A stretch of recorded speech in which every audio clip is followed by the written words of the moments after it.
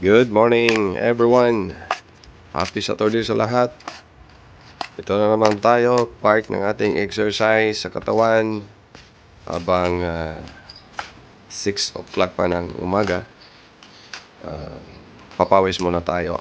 So, isa sa ating paraan ng pagpapawis ay ang pag-gardening. Ito ngayon, shift muna tayo ng plants. Kunti, no? Magdagdag tayo. Dito sa may mga gulong na lumang gulong, tinatabi natin, nilalagyan ng lupa yan sa gilid. Pinagtaniman natin yan ng pipino. At ito naman ngayon, bago, no? Kasi itong pipino at carrots ay perfect match ng litos. So, tsaka araw-araw din kami gumagamit nito.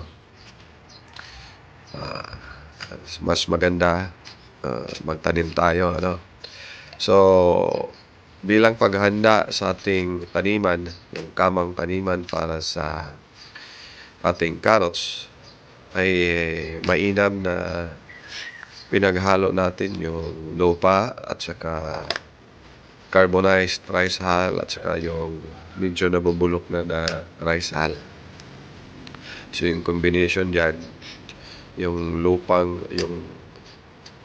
na pinaghaluan din ng mga organic, no? Yung mga dahon ng halaman, iba't ibang dahon ng halaman dyan halo. Maliban doon, pinaghalo pa natin yung carbonized rice hull. Yung carbonized rice hull, yung 80% na sunog na ipa ng palay.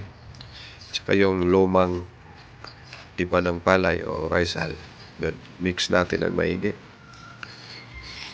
Pag na-mix ng maigi yan, hintayin ulit natin na maulanan.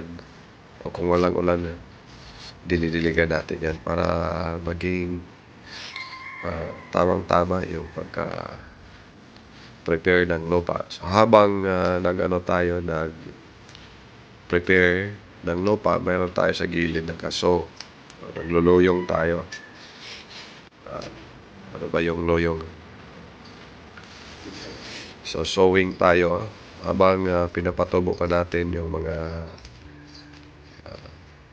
buto natin, ay prepare na natin yung lupa. So tinitingnan natin yung gaano kalambot, gaano kalalim yung lupa. Siyempre yung carrots ay pumapailalim yung ano niyan, yung laman, no?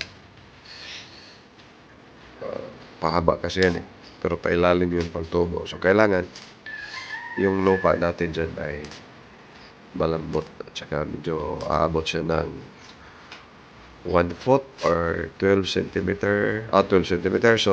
inches or 30 centimeter yung lalim para sa ganun ay yung maganda yung tubo ng ating carrots pag malambot yung lupa, no? Saka complete na organic yung nilalagay natin.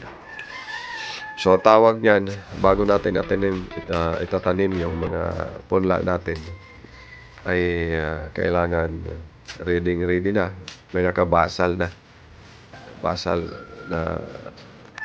organic fertilizer yung lupa natin. Basal meaning bago magtanim, naka-ready na yung abono natin, ano? So yan, pinapa-mix natin ng maigi yung lupa at saka yung rice hull. Yan,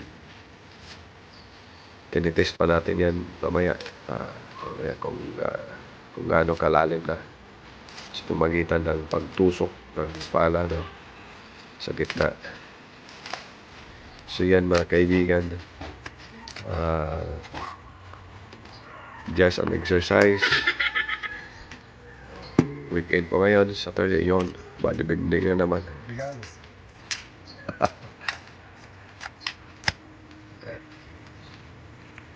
Kasi pagkatapos nito, ikot tayo sa ating mga litos. Titingnan natin yung water flows. tsaka yung mga bagong pula natin kung mga bang problema. Because it's only this time, weekend, meron tayong enough time na visit at makatrabaho sa ating garden. So weekend lang po yung luxury time natin. Ito yung mga pipino natin. Yan. Yung pipino, isa yan sa mga sahog pag tayo ay nagsasalad ng vegetables. Mga 4 na araw pa lang yan, kaya kalalabas pa lang ng 2 dahon. So yan mga kaibigan, for food security and food sustainability, tanim lang tayo ng tanim. Naka-exercise pa tayo, nakapag-running pa tayo. Siyempre, hindi natin alam mga ilang araw, balang araw, magka-harvest tayo. Yun nga, ayon sa kasabihan, pag may itinanim, may aanihin. At siyempre, kailangan ng sipag at tiyaga. Dahil ayon pa rin sa kasabihan, isang kasabihan, pag may tiyaga, may nilaga. Higop na! Happy farming!